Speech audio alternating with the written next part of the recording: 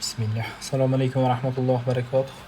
Hurmatli kanal kuzatuvchilari, siz bilan xususiy patologiya kursidamiz. Nafas tizimi kasalliklari. Bugungi ko'rib chiqadigan mavzuyimiz bronxoektaziya kasalligiga bag'ishlanadi. Kasallikning etiologiyasi, patogenezi, makroskopik va mikroskopik ko'rinishi va albatta kasallikning oqibati, ya'ni asorati to'g'risida bahshuja gaplashamiz inshaalloh. Bronxoektaziya kasalligi o'zi aslida nima?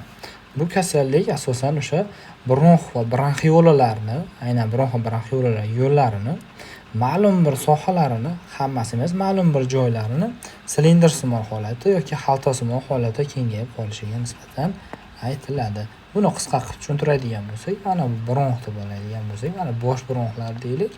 Yoki bular keyin astalik bilan nima bo'ladi? Tarmoqlanib ketadi. Bular tarmoqlanadi. Aynan mana shu tarmoqlangan sohani ma'lum bir qismini mana shunday holatda kengayib qolishi aynan bronxoektaziya deb ataladi. Xaltasimon yoki silindrsimon holatda mana shunday bo'lib kengayib qoladi ekan. Xo'p, demak, umumiy tushuncha bizga ma'lum. Xaltasimon kengayib qolishiga nisbatan bronxoektaziya deyiladi. Xo'p, endi u eslab qolishimiz kerak. Bu kasallik bo'lishi mumkin pnevmoniyadan keyin yoki surunkali bronxitdan keyin rivojlanishi mumkin. Ikkalasi nimaga desa, ikkalasida ham biz o'tgan darslarimizda sizlar bilan gaplashganmiz. Klinikasida balg'am ajraladi, ko'p miqdorda balg'am ajraladi va bu aynan mana shunday xaltasimon kengayishga olib kelishi mumkin. Pnevmoniyadan keyin rivojlanadigan bo'lsa, pnevmoniya gen bronxoektaziya, surunkali bronxitdan keyin rivojlanadigan bo'lsa, bronxiya gen bronxoektaziya deb atar ekanmiz. Demak, kasallikning etiologiyasi. Kasalligimizning etiologiyasi asosan yuqorida aytganimizdek bronxial asma kasalligi bo'lishi mumkin yoki o'pkaning kistoz, fibrozdan keyin rivojlanishi mumkin, immunitet tanqisligi holatlari rivojlanishi mumkin, o'pkada nekroz yoki yiringli jarayonlar rivojlanishi mumkin yoki yot jismlar natijasida bronxoektaziya kasalligi bizda namoyon bo'lar ekan, vujudga kelishi mumkin ekan. Kasallikning etiologiyasi shunday. Patogenezda nima yotadi? Patogenezda bronxoektaziya kasalligi bronxlar devorida surunkali yallig'lanish davomida, ya'ni surunkali yallig'lanish mobaynida sezilarli masofada elastik va muskul tolalari yemiriladi. Ya'ni mana bu qismda, biz aytayotgan qismda sezilarli elastikligi va muskulmalar yaxshi o'z funksiyasini bajara olmasligi natijasida, ya'ni yemirilib ketishi natijasida bu yerda biriktirish to'qimaga almashinuv kuzatiladi. Ya'ni biriktirish to'qimi o'rni almashadi va bronxoektaziya bo'shlig'ida yiringli massa hosil bo'ladi. Ya'ni mana bu biz aytgan hosilani ichida yiringli massa, ya'ni jidks hosil bo'lishni boshlar ekan. Bronxoektaziya bo'shlig'ida prizmatik epiteliy bilan ba'zan ularning metaplaziyasi natijasida ko'p qavatli yassi epiteliy bilan qoplangan bo'ladi. Ya'ni u metaplaziyaga ham uchrar ekan.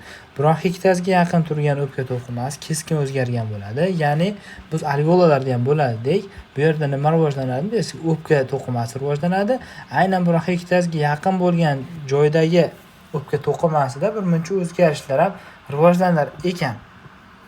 Qanday o'zgarishlar desa, bunda yallig'lanish o'choqlari paydo bo'ladi va u yerda ham absessiya rivojlanadi va eksudatlarni uyushgan o'choqlari kelib chiqishi mumkin ekan. Makroskopik ko'rganimizda ushbu kasallikni, ya'ni ko'z bilan patologik anatomiyada albatta autopsiya yo'l orqali o'sha murdani yorib ko'rish orqali o'rganiladi. Bunda o'sha kasalni o'sha aniq bronxoektaziya diagnoz qo'yishligimiz uchun makroskopik shunday ko'z bilan qaraganimizda bronxlarni kengayganligi, kesib ko'rilganda shilliq bilan to'lgan va atrofik bronx devorlari ko'zga tashlanadi va o'pka kesimida bronxlar har xil kattalikda kengaygan. Ya'ni deformatsiyalangan, atrofda biriktirish to'qimi o'sgan, bo'shliqlari qoplab turgan shilliq parda odatda shishgan holatda bo'ladi, yara bo'lib ketgan bo'ladi va yiring bo'lganligi sababli yiring rivojlanganligi natijasida nekrozga uchragan joylarni ham ko'z bilan ko'rishligimiz mumkin bo'lar ekan. Mana uni ko'rishimiz mumkin. Bronxoektaziyada mana havoli holat nima bo'lyapti? Bo'shliqlar hosil bo'lyapti, kengayib ketyapti bronxlarning atrofi. Xaltali holatda kengayganini ko'rishimiz mumkin. Mikroskopik jihatdan olib qaraganimizda, albatta u yerda patologiyasida o'sha yallig'lanish mexanizmi yotadi albatta kasallangan joyda. Yallig'lanish hujayralari, neytrofillar, limfositlar, nekroz o'choqlari va ko'p qavatli yassi epiteliyaga aylangan aylanganini, undan tashqari esa alveolyar epiteli deformatsiyaga uchragani va nekroz o'choqlarini ham aniqlashimiz mumkin bo'ladi. Bir qancha hollarda nekrotik jarayon bronxlar muskul pardasiga ham o'tishi yoki bronxlarni butun devori destruksiyaga uchrashi sabab bo'lishi mumkin. Ya'ni shakl jihatdan, tur jihatdan o'zgarib ketishi ham mumkin ekan. Hop, kasallikning oqibatiga keladigan bo'lsak, ya'ni bizning endi bronxlarimizda o'shanday havoli bo'shliqlar, ya'ni bo'shliqlar kengayishlar, xaltasimon kengayishlar hosil bo'lib qoldi. Ichi yiring bilan to'lgan bo'shliqlar paydo bo'ldi. Oqibati nima bo'ladi? Nimalarga olib keladi? Aytaylik, bu surunkali respirator yetishmovchilik, ya'ni surunkali yetarsa nafas yetishmovchiligiga olib kelishi mumkin, chunki u yerda nafas olish akti yaxshi rivojlanmaydi. Bo'shliq rivojlanib qolganiga hisobiga havoni o'tishi birmuncha qiyinlashadi. Bronxlar kengayib, shilliq va yiring to'plash natijasida nafas olish yomonlashadi. To'sib qo'yadi yo'lini.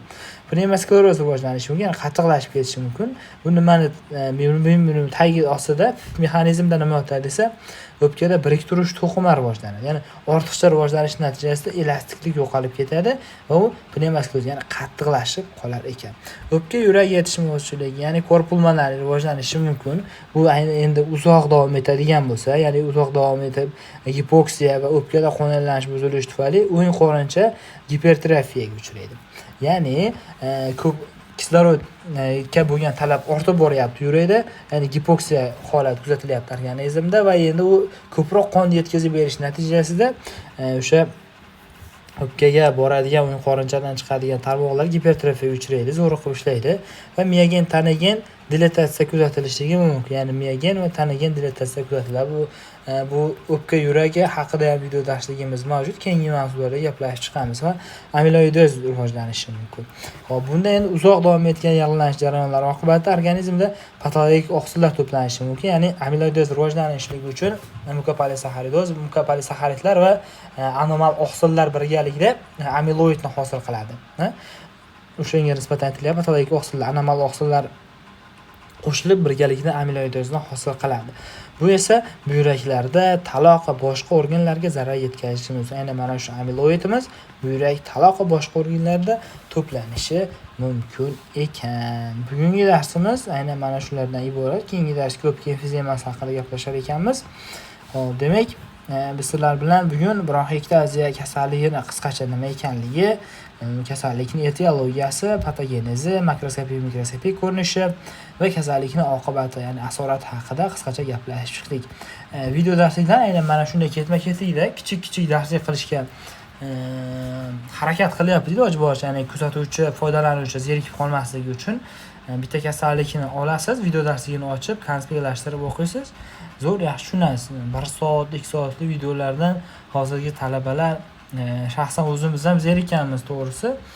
Qancha darajada qisqaroq, tushunarliroq, soddaroq bo'lsa, foydalanuvchilar soni shunchalik ortib boradi. Tibbiyot talabasi bo'lgan do'stingizga shu video darslikni yuborib qo'ying. Aynan bronxektaz kasalligi o'zasidan nima ekanligi to'g'risida tushunchaga ega bo'lsin. Ya'ni klinik fanlar boshlanganda, ichki kasalliklar fani boshlanganda, masalan, patologiyaning yaxshi tushuncha bilan borsiz, siz o'sha kasallikni o'zi nima ekanligi video darslarimizda, kasallikni o'zi nima ekanligi, etiologiya qanday kelib chiqishi, patogenezi qanday bo'ladi, qanday ko'rinishlar haqida tushuncha bo'lsa, uni endi borganingizda klinikasini tushunishingiz, bemor bilan ishlashingiz birmuncha osonroq bo'ladi. Sizga ham, bizga ham manfaatli bo'ladi degan maqsadda ushbu video darsliklar tayyorlab borilmoqda. Qisqa vaqt ichida siz bilan Nizomiddin Azimov bo'ldi. Ozgina darajada manfaatimiz tegayotgan bo'lsa, duolaringizni eslab qo'yishingiz o'zi kifoya. Hammaga rahmat. Ketkizgan vaqtingizga rozi